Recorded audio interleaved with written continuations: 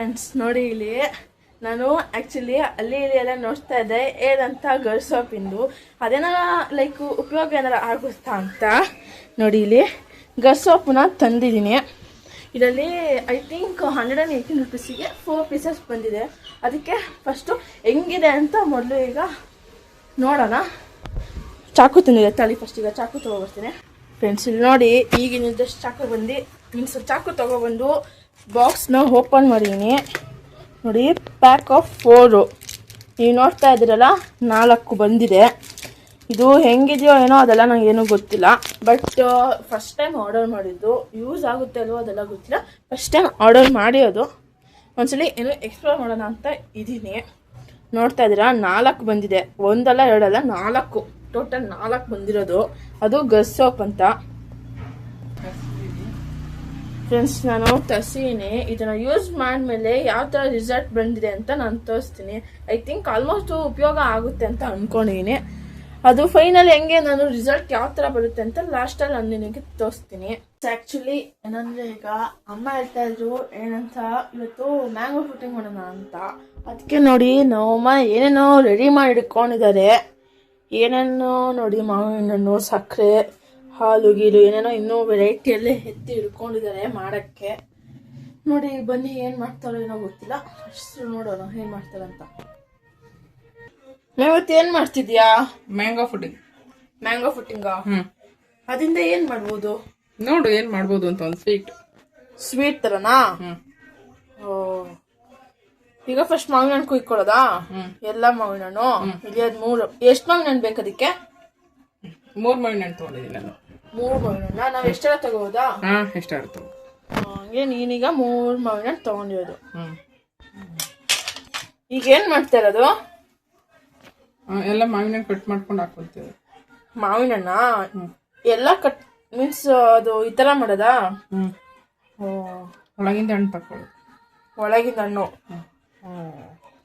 Friends ನೀವು ನೋಡ್ತಾ ಇದ್ದೀರಲ್ಲ, ಏನಂದರೆ ನಾವು ಅಂತೂ ಒಳಗಿರೋ ಹಣ್ಣನ್ನು ಫುಲ್ಲು ಎಲ್ಲ ಕವರ ಎಲ್ಲ ತೆಗಿತಾ ಇರೋದು. ಬಿಕಾಸ್ ಬೇಕಾಗುತ್ತಲ್ಲ, ಹಾಗೆ ಅಂತೂ ಮಿಕ್ಸಿಗಂತೂ ಹಾಕೋಕ್ಕಾಗಲ್ಲ. ಬಿಕಾಸ್ ದಟ್ಸ್ ವೈ ನಾವು ಈಗ ಏನೋ ತೊಗೊಂಡೇ ಹಾಕ್ತಾ ಇರೋದು. ಮೀನ್ಸ್ ಈ ಥರ ಕಟ್ ಮಾಡ್ತಾ ಇರೋದು. ಓಕೆನಾ?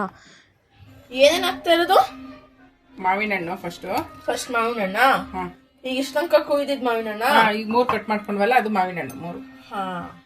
ನೆಕ್ಸ್ಟು ಒಂದು ಅರ್ಧ ಕಪ್ ಸಕ್ಕರೆ. ಅರ್ಧ ಕಪ್ ಸಾಕಾ? ಸಾಕು. ನೆಕ್ಸ್ಟು ಒಂದು ಅರ್ಧ ಕಪ್ ಹಾಲು. ನೋಡಿ ಇದನ್ನೀಗ ಏನು ಮಾಡೋದು? ಮಿಕ್ಸಿ ಮಾಡ್ಕೊಳ್ಳೋದಾ? ಸರಿ, ಈಗ ಇದನ್ನ ಮಿಕ್ಸಿ ಮಾಡ್ಕೊಳ್ಳೋದಾ? ಆಯ್ತಾ ಈಗ ರುಬ್ಬಿದ್ದು? ಆಯ್ತು, ನೈಸ್ ಆಗಿ ಸಾಫ್ಟಾಗಿ ಬಂದಿದೆ ಮಾತ್ರ. ಈಗ ಅದನ್ನೇನು ಮಾಡೋದು? ಹಾಕೊಳ್ಳೋದು ಬಿಸಿ. ಓ ಫುಲ್ ಹಾಕೊಳ್ಳೋದಾ? ಈಗ ಇದನ್ನ ಬಿಸಿ ಮಾಡ್ಕೋಬೇಕಾ?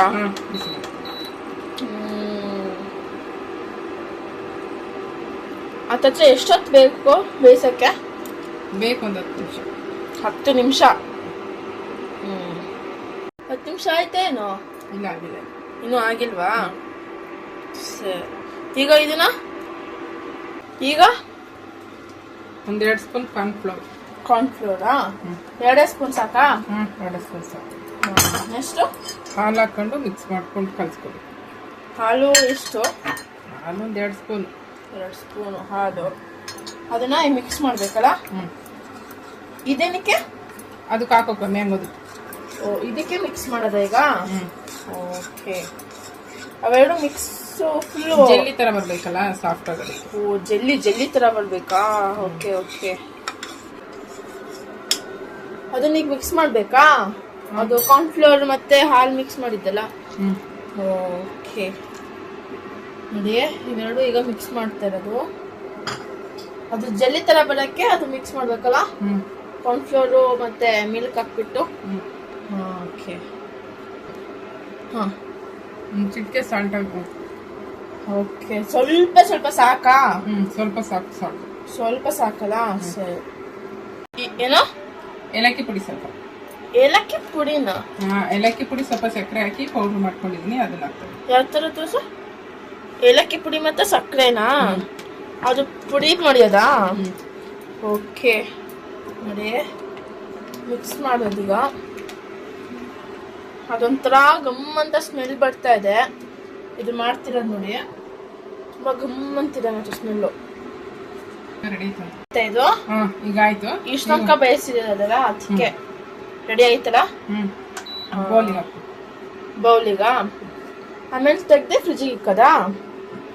ಓಕೆ, ಬೌಲಿಗೆ ಹಾಕದಾ? ನೋಡಿ, ಇದನ್ನ ಮಾಡಿ 10 ನಿಮಿಷ ಮಿಕ್ಸು ಕುದಿಸ್ಬಿಟ್ಟು ಆಮೇಲೆ ಬೌಲಿಗೆ ಹಾಕೋದು. ವಾಹ್, ಇಲ್ಲಿಂದ ಆಕ್ಚುಲಿ ಗಮ್ಮಂತ ಸ್ಮೆಲ್ ಬರ್ತಾ ಇದೆ. ಆ ಏಲಕ್ಕಿ ಎಲ್ಲ ಹಾಕಿದ್ಕೆ ಅಷ್ಟು ಚೆನ್ನಾಗಿದೆ ನೋಡಿ. ಯಾವ ಥರ ರೆಡಿ ಆಗಿದೆ ಇಲ್ಲಿ. ಸೆಟ್ ಆಗೋದಕ್ಕೆ ಇಡ್ಬೇಕು. ಸೆಟ್ ಆಗ್ಬೇಕಾ? ಓಕೆ, ಆಯ್ತಾ? ಎಲ್ಲ ಸೆಟ್ ಆಯ್ತು. ನೀಟಾಗಿ ರೆಡಿ ಆಯ್ತು. ನೋಡಿ ಟೇಸ್ಟ್ ಹೆಂಗಿದೆ ಅಂತ ತಿಂದು. ಟೇಸ್ಟಾ? ಸರಿ ಸರಿ, ಕೊಡು ಟೇಸ್ಟ್ ಮಾಡೋಣ. ಈಗ ಫಸ್ಟ್ ಟೇಸ್ಟ್ ಮಾಡ್ತೀನಿ. ಚೆನ್ನಾಗಿಲ್ಲ ಅಂತ ಒಂದ್ಸಲ ಹೇಳ್ತೀನಿ.